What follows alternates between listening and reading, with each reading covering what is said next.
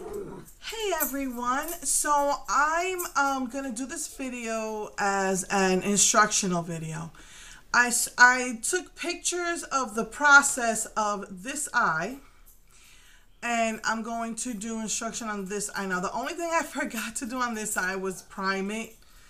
I guess for beginners, a primer, Wet n Wild makes them, and I believe L'Oreal makes them at the drugstore. And Black Radiance makes them. It's just a little tube. It's a little tube. It would look like this, but it would say primer on it.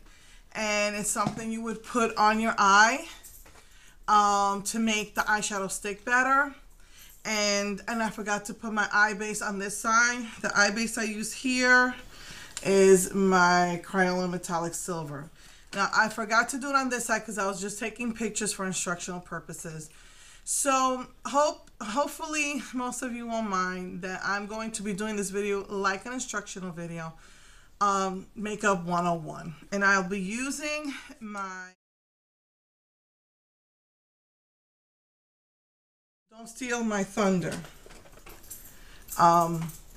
I would not recommend this for beginners, but I really wanted for you to see how it stands out. I really wanted the colors to stand out without being too overpowering. So I figured a smoky, you have your medium silver, your dark for your crease, and your white for your brow bone or your highlight color. What I like about Wet n Wild and some other makeup companies, they make it self-explanatory. This goes on your eyelid, that goes into your crease, which is right here. When you open up your eye, there's a crease in your eye, and then the brow bone, which is right underneath your eyebrows. So I would recommend something like this, a neutral palette for beginners. Practice with it, use it, and when you get used to putting it on, then you could graduate to more vibrant or smoky colors. So let's begin, and I'm going to take an eyeshadow brush and dip it into that silver color.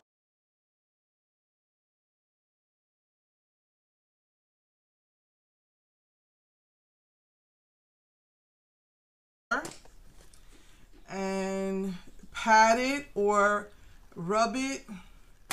I like patting it onto the eye in the beginning for two reasons. It helps the color to grab on and you don't get as much fallout. Me, because my lids are small, as you can see, it gets underneath my eye.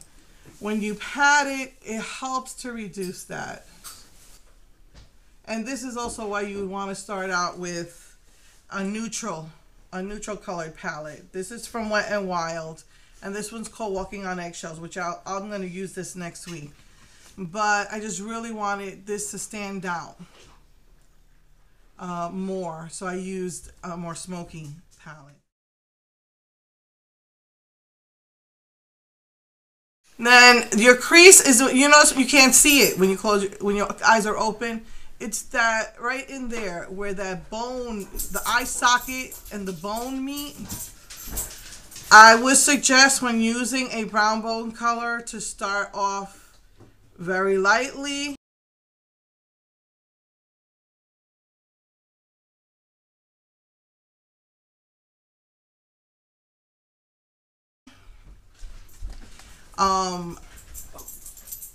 The best kind of brush to use would be like a pointy brush, what they call a tapered brush. But you can use any brushes you want, whatever's going to help you accomplish the task. And then see how you're going into that, like where that eye socket is. That's known as your deep crease. Every woman has a different shaped eye, and every woman will probably need to apply their eyeshadow differently. I'm applying it, I have a very small deep set eye, meaning my eyes go deeper into my face. And so for me, it's best if I use this brow bone, the crease color up, higher up, to make my eyes come out a little bit more. You're gonna go into the corner of your eye, go outward, go inward, start from here and move your way in, and then you're gonna, you know, what we call blending. You're just gonna start work your way upward. I am not a born blender. Blending is difficult for me. Some people it comes easy to. Just keep practicing. I know I've gotten better over the years. Then you take another brush. See, like I like these, like a fatter brush. It's skinny, but it's wider, like a wider brush. And I dip that into this brow bone color. Take a swipe or two.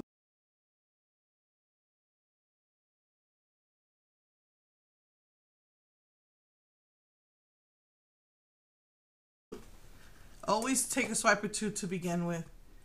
And then you see right underneath your eyebrows, you start putting it there.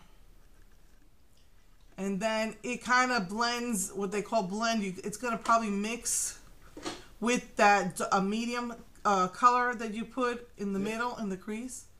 And just, maybe you might want to turn the brush around where there's no, you know, the other side where there was no shadow, and then just start swiping back and forth to tone down the color so it's not so bright. Another suggestion is, instead of using shimmery colors in the beginning, you might want to try something that doesn't have any shimmer in it until you get the hang of putting it on. You know, then you could just, with nothing on it, just whatever little bit is left on it, you could take this pointy brush and then go back and go a little bit upward again. And the reason you don't want to put any more on is you just want it to kind of like blend into the color on top.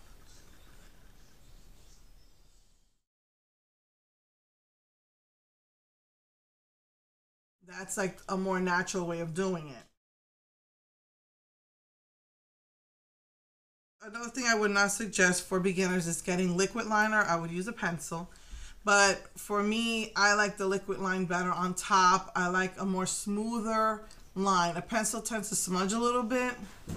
And so you just close your eye and just practice this. Some people put their rest their pinky on their cheek like this. And it helps them steady their hand. And I start all the way from inside and then work my way out.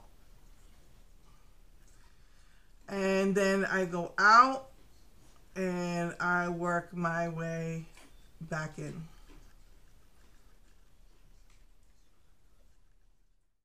And you don't have to buy expensive makeup. I did that in the beginning, and honestly, it's like a waste of money. You could buy drugstore brands. They've been improving their brands. They're becoming better. So you don't have to buy expensive makeup.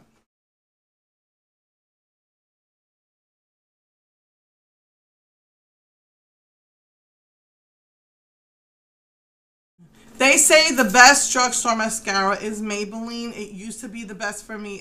I have problem because I'm older. My eyelashes are thinner. So I have a problem no matter what kind of mascara, whether it's expensive or inexpensive. A suggestion for you is getting an eyelash primer as well. The eyelash primer helps to coat your lashes so that when you put the mascara, it comes on more thicker and makes your lashes look thicker. As you get older, you start to lose your lashes thin out. It's just Mother Nature, you can't fight it. And that's where I find myself right now. So you might find that Maybelline works great for you. Supposedly they have the best. But right now, I can't find a mascara that works really, really well on me. The only one that worked really well was Smoky Lash from Make It Forever, and they're very expensive, so I won't buy it again. So yeah, and then this one was one of those high-end expensive mascara, and it's not working either. So I would say, you know, try Maybelline. I like to put, with my skinny thin lashes, I like to put 3 coats on. So they say that keep your eyes open, try not to poke yourself in the eye, and just wiggle it upwards. Just brush it against your lashes. Sometimes brushing it over the lash helps to coat the tips as well. And just try not to poke yourself in the eye. Just, you know, maybe keep your eye open and, you know, just brush it gently. Sometimes, like me, that I have such small deep set eyes, the mascara always gets on my lid.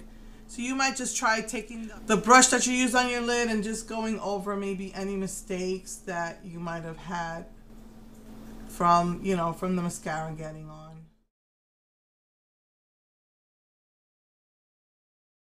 And then on the bottom, I like to use my pencil.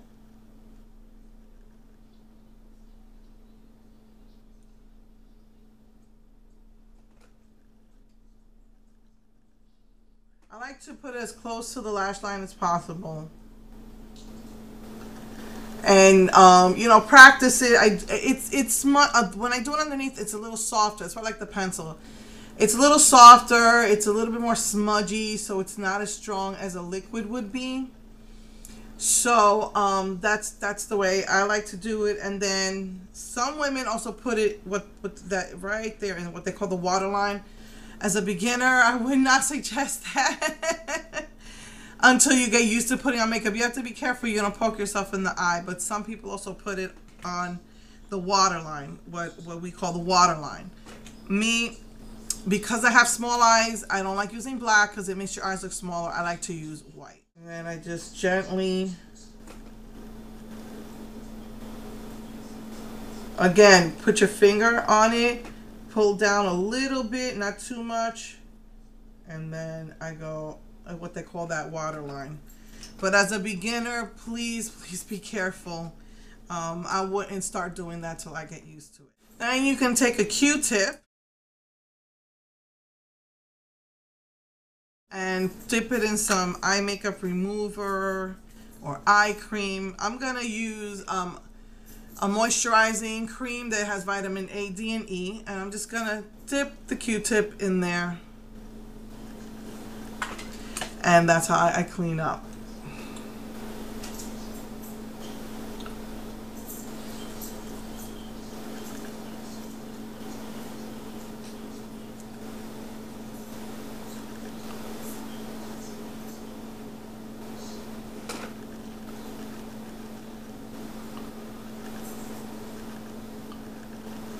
Some people might prefer cotton ball, but I'm just afraid it's going to take off too much makeup.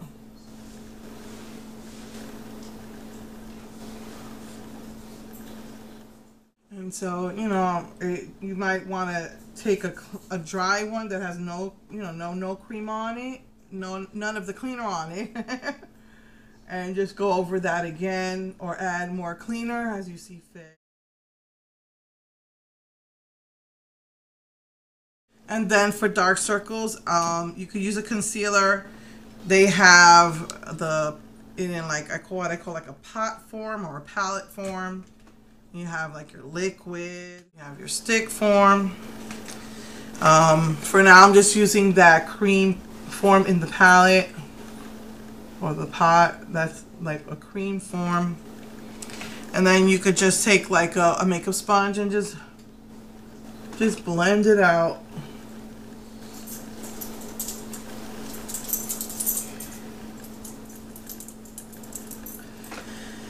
And so that's it. That's how I put on eye makeup. Another thing, some people, their eyebrows, they like to take a pencil and color it in, you know, just draw it in, just what they call feather. Don't scrape it or try to actually draw, but take the actual pencil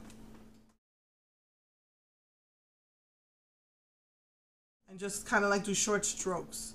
Just like little short strokes to fill it in. Just stroke it, stroke it, stroke it, as opposed to actually drawing them on.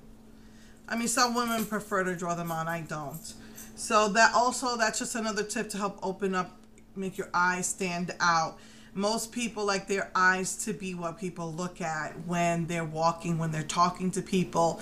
They want their eyes to stand out more than anything else. Sometimes people like their lips to stand out. But if you want to wear eyeshadow, again, I would suggest using a neutrally palette like this. Neutral meaning your beiges and browns. This is like a peach beige and brown. This is from Wet n Wild. As you can see, I got on CVS. I can't take the sticker off. So for beginner, that's what I would suggest, but using the techniques that I showed in this video. Hope I was of help. Mwah.